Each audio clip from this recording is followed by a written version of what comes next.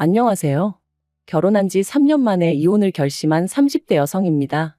사람마다 외모도 성격도 전부 제 각각이라지만 그래도 저는 제 자신이 유별나다고 생각해 본 적은 없어요. 대단한 구석도 없지만 그렇다고 모난 구석도 없다고 믿고요.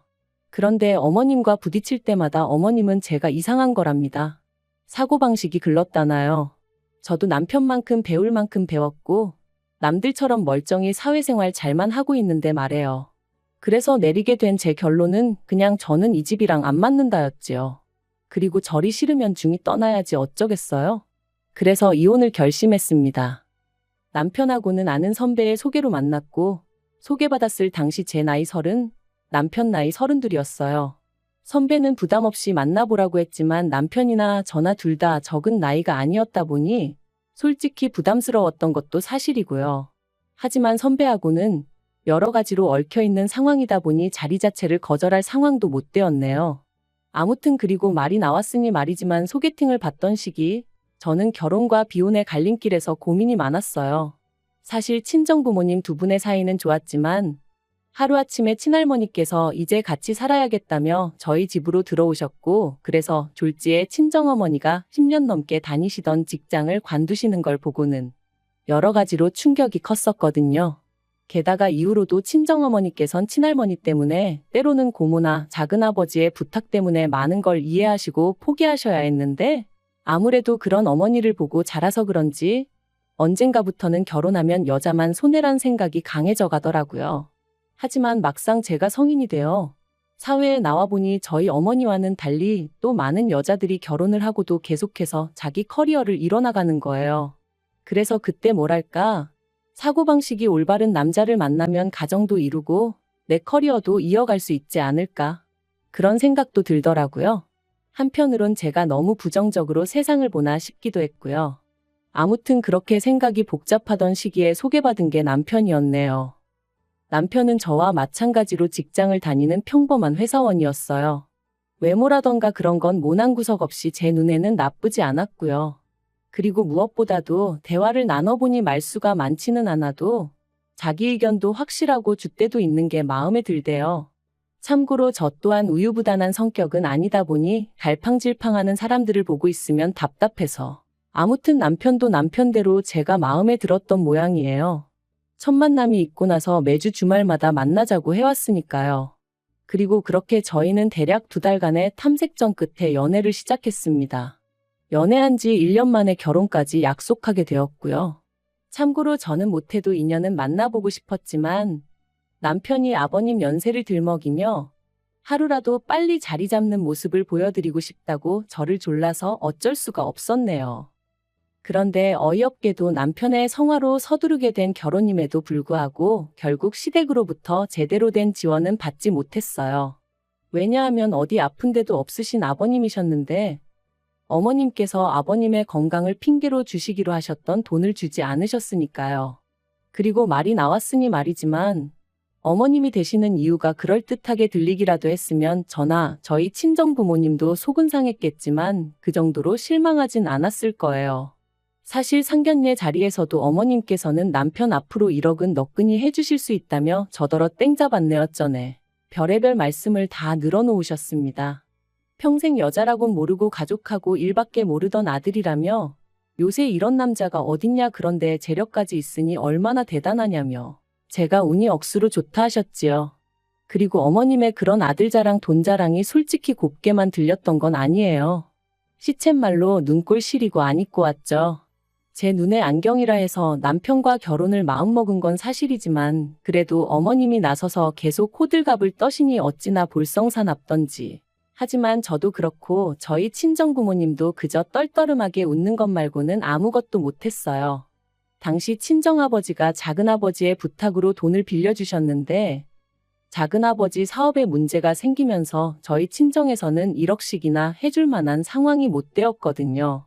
그런데 어이없게도 막상 청첩장이 나올 때까지 어머님은 이런저런 핑계로 돈을 주시지 않으시더니 결국 결혼식 2주 전 저를 불러 앉혀놓고 하시는 말씀이 아버님 연세를 생각하면 지금 당장 쓰러지셔도 이상할 게 없답니다. 그리고 그렇게 되면 병원비며 이것저것 한두 푼 들어가는 게 아닐 텐데 그때 돼서 저희한테 손 벌리고 그러면 저희도 그렇고 어머님 아버님도 얼마나 마음이 안 좋겠냐대요. 그래서 내린 결론이 당장 결혼하는데 뭐 딱히 지원해 줄 건 없고 살다가 사정 좋아지면 해주겠답니다. 그때는 솔직히 얼마나 어이가 없던지 분한 마음까지 들더라고요. 하루아침에 상황이 달라진 것도 아니고 그러면 최소한 상견례 때 예의는 갖춰주셨어야 하는 거 아닌가 싶었으니까요. 아무튼 결국 양가로부터 별다른 지원 없이 남편이 모아둔 돈과 제가 모아둔 돈 5천씩 반반 보태 그 돈으로 전세를 구했습니다. 서울이 아니었으니 다행이지 서울이었으면 어린 택도 없었을 거예요. 그런데 문제는 결혼한 지 1년도 되지 않아 제가 임신을 했고 그러면서 회사를 관두게 되었어요. 사실 어떻게든 버텨보려고 했는데 입덧부터 시작해서 여러 가지로 출퇴근조차 어려운 상황이었거든요. 그리고 제가 다니던 회사는 내실이야 좋았지만 직원 수 자체는 10명 남짓의 소규모였다 보니 제가 제 몫을 제대로 해내지 못하면 안 되는 상황이었거든요. 그래서 결국 퇴사를 할 수밖에 없었는데 회사 대표부터 시작해서 같이 일하던 사람들이 더 안타까워하대요. 여담이지만 이때는 그래도 내가 인정받는 사람이긴 했구나 싶어 좀 기쁘기도 하더라고요. 아무튼 그런데 어이없게도 정작 제 퇴사를 알게 되신 어머님께서는 얼마나 노여워하셨는지 몰라요. 그것도 제 회사한테 노여워하신 게 아니라 퇴사를 했다는 사실에 노여워하셨어요. 말씀하시길 제 조건이랄 게 마음에 드는 게 없었지만 그래도 제가 제 밥벌이는 하겠구나 싶어서 허락한 결혼이었다 하시며 그런데 이제 와서 임신했다고 유세 부리냐 어떻게 남편 고생할 건 하나 생각도 안 하고 그거 좀 힘들다고 홀랑 회사를 때려치냐. 너는 그럼 앞으로 내 아들한테 기생해서 살겠다는 거냐. 이거 사기 결혼이다 하시는데 그때 어머님이 하신 말씀은 제가 죽을 때까지도 토시 하나 잊지 못할 것 같아요. 그래도 시간은 흘렀고 저는 눈에 넣어도 아프지 않을 딸아이를 낳았습니다. 솔직히 임신 사실을 확인했을 때부터 어머님은 당연히 제가 아들을 낳을 거라 믿으시는 눈치였지만 저는 아들이고 딸이고 전혀 신경 쓰지 않았어요. 그저 건강한 아이였으면 좋겠다는 거 그리고 굳이 보태자면 남편이 아닌 제 눈을 닮았으면 좋겠다는 정도였지요. 그런데 제가 딸을 낳고 나니 어머님이 임신 내내 주시겠다 하시던 조리원비도 못 준다셨습니다. 제가 당신이 부탁해서 애를 낳은 것도 아니고 좋아서 낳은 건데 왜 몸조리를 당신이 시켜줘야 하냐는 핑계를 대시면서 말해요. 하지만 계획보다 일찍 아이를 갖게 된 것도 남편이 아버님 돌아가시기 전에 손주 한번 안겨드리고 싶다 해서 가진 거였거든요. 어머님도 거의 똑같은 말씀을 하셨었고요. 그래서 이때부터는 어머님이 뭘 하시건 간에 말 그대로 콩으로 매주를 쓴다고 해도 믿지 않겠다 다짐을 했죠. 그런데 이런 상황을 알게 된 친정부모님께서 어이없다 하시더니 제 계좌로 500만 원을 보내주셨습니다. 이 돈으로 산후조리원에 가라시면서 말해요. 놀란 제가 이 큰 돈이 어디서 나셨냐 하니까 친정어머니 말씀이 친정아버지가 저 시집 갈 때 뭐 하나 못 해준 게 늘 마음에 걸린다며 옆 동네 아파트의 경비로 취직을 하셨다대요. 임신한 제가 걱정하느라 스트레스 받으면 어쩌냐며 저한테는 절대로 말하지 말라셨다면서요. 그 이야기를 듣는데 말 그대로 눈물이 쏟아졌어요. 돌이켜 생각해보면 남편하고 죽고 못 살 만큼 사랑한 것도 아닌데 이런 대접받고 살자고 친정부모님 가슴에 상처내가며 결혼을 했나 싶어가지고요. 하지만 지난날 후회한다고 뭐가 달라지는 것도 아니고 그냥 그렇게 한 10분을 꺽꺽 울어대며 전화기만 붙들고 있었던 것 같아요. 그런데 황당한 건 친정부모님한테 500을 받았다는 사실을 알고서는 남편이 했던 말이었습니다. 그렇지 않아도 자기도 너무 속상해서 산후조리원비로 어머님하고 크게 다퉜다며 어머님도 미안해하고 계신다더니 한다는 말이 어머님한테 한 번 기회를 드린다 생각하고 산후조리를 어머님한테 해달라고 하면 어떻겠냐대요. 그래서 제가 제정신이냐니까 산후조리를 꼭 집안인 다른 장소에 가서 해야 할 필요는 없지 않냐는 거예요. 그리고 덧붙이기를 대신 어머님한테는 산후조리를 도와주시는 거에 대한 감사한 마음으로 200만 원 정도만 드리면 서로 묵은 감정도 풀고 여러모로 좋지 않겠냐는데 아무리 애 아빠라지만 뭐 이런 인간이 다 있나 싶었죠. 그래서 말 그대로 남편한테 네가 사람이냐 그러고는 욕을 퍼부었어요.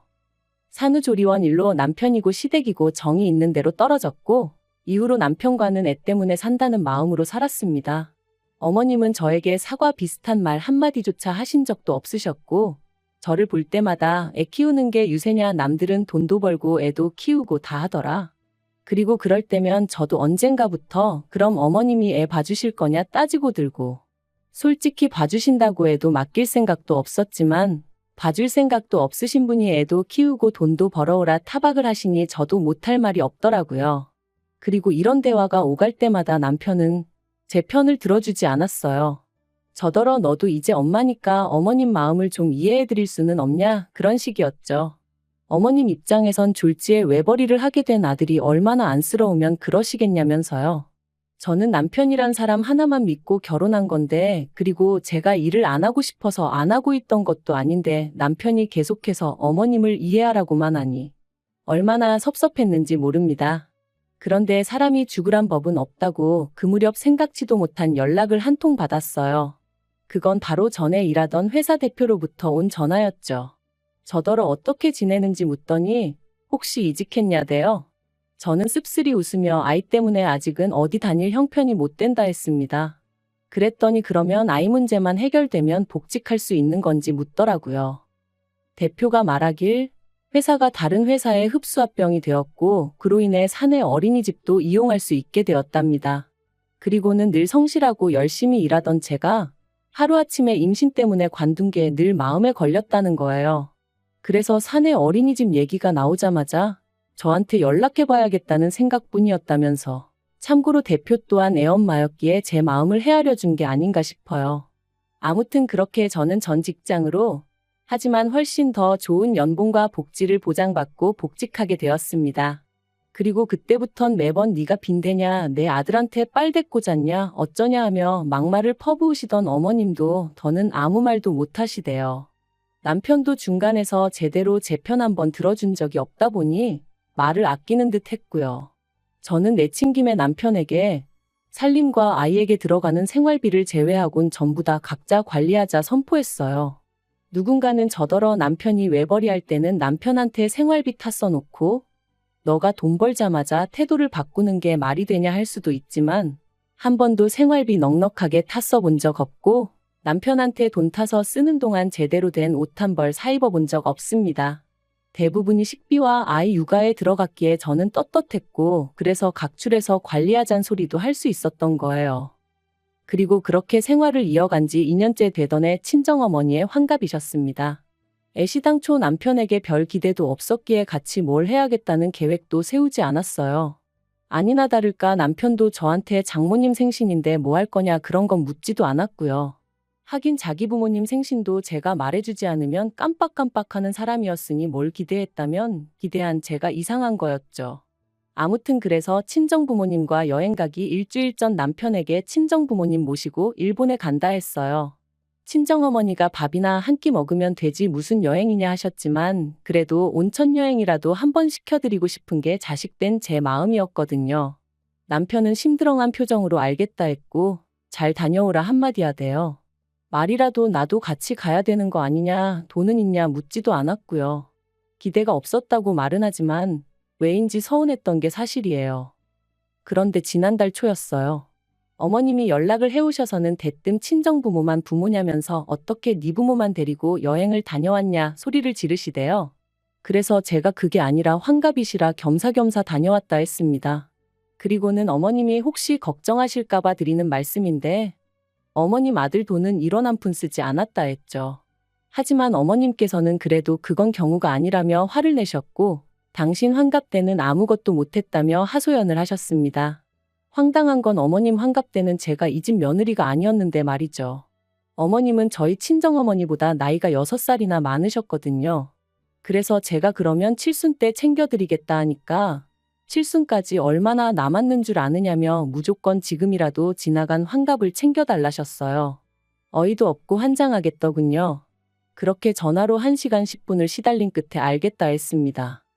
그런데 곰곰이 생각해보니까 제가 그걸 왜 해드려야 하나 싶더라고요. 그래서 남편한테 여행은 좀 과한 것 같다니까 저더러 알아서 하랍니다. 자기는 어머님 환갑 때 100만 원 해드렸으니까 이 일과는 상관이 없다면서 말이죠.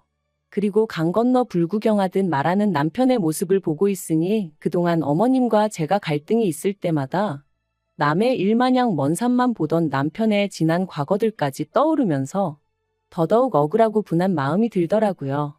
그래서 저도 이대로는 못 넘어가겠다. 말 그대로 복수를 해야겠다 싶대요. 그래서 어머님이 저한테 이렇게 주신다며 잔뜩 기대하게 만드셨던 것처럼 저도 여행 일정이며 이런저런 이야기로 남편과 어머님을 잔뜩 들뜨게 만들었어요. 그리고 출발 하루 전날 남편과 함께 어머님 댁에 찾아가 갑자기 사정이 생겨 여행을 못 갈 것 같다고 통보해버렸습니다. 영문도 모르고 같이 간 남편이 눈이 휘둥그레져서 저를 쳐다보더라고요. 그리고 역시나 제 예상대로 말 그대로 난리가 났어요. 제가 당신을 가지고 놀았다면서 세상에 이런 법이 어딨냐 하시더니 약속을 했으면 지켜야지 사람을 뭘로 보고 이런 짓을 하냐면서요. 그래서 저도 지지 않고 저는 어머님 사정을 다 이해해드렸는데 어머님은 왜 저를 이해 못 해주시냐 서운하다 받아쳤습니다. 어머님이 저한테 하셨던 말씀처럼 제가 무슨 빚을 진 것도 아니고 마음 같아선 해드리고 싶었지만 안 되는 걸 어떡하겠냐고요. 그랬더니 어머님도 더는 아무 말씀을 못 하시긴 하대요. 하지만 이 일로 남편 입에서 이혼 소리까지 나올 줄은 솔직히 꿈에도 생각을 못 했습니다. 남편은 그저 저더러 너무하다며 어머님이 결혼할 때 돈 안 해주신 걸로 제가 이렇게 앙심을 품고 있을 줄은 몰랐다는 거예요. 그래서 돈이야 우리 친정에서도 안 해주셨는데 내가 무슨 앙심을 품고 있었겠냐 했습니다. 하지만 이후로 어머님이 돈 가지고 나를 얼마나 서운하게 하셨는지 당신은 알지 않냐고. 그때 맺힌 게 지금 이렇게 터져나온 것뿐이라 했죠. 하지만 남편은 저를 이해하려 노력하기보다는 그래도 어머님이 얼마나 상처를 받으셨겠냐며 제가 심했답니다. 그리고 그런 남편과 저도 더는 대화하고 싶지 않아 마음대로 생각하라 했는데 남편이 친정부모님과 여행하면서 든 돈이 얼마냐며 그 돈하고 똑같은 액수로 어머님한테 드리래요. 제 잘못에 대한 용서를 구하면서 말이죠.